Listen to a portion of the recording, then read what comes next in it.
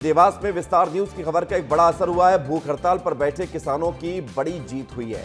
59वें दिन किसानों की हड़ताल खत्म हुई है। प्रशासन और किसानों के बीच समझौता हो गया है। प्रशासन ने किसानों की मांगों को मान लिया है।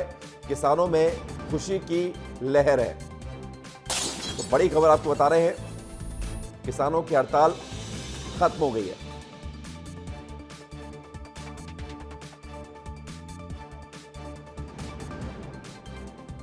इस वक्त हमारे साथ अनमोल तिवारी हमारे सहयोगी जुड़ गए जरा जानकारी के लिए। अनमोल, मांगे मान ली गई है या फिर आश्वासन दिया गया है? क्या खबर आई है जैसे किसानों की हड़ताल खत्म हुई है?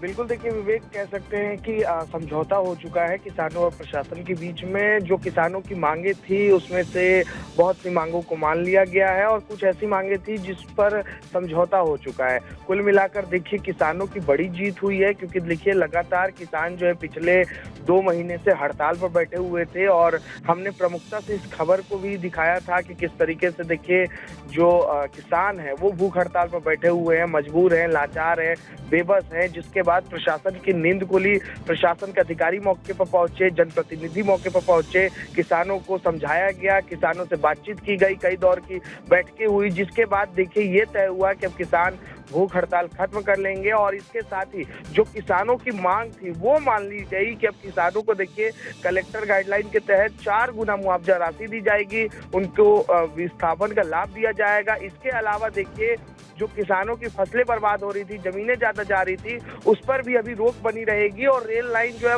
वायडेक्स पर बनाने का आश्वासन मिला है। इसका मतलब ये है कि कम से कम जमीनें जाएंगी और किसानों को ज्यादा से ज्यादा लाभ मिलेगा। तो कुल मिलाकर विस्तार न्यूज ने जी विवेक।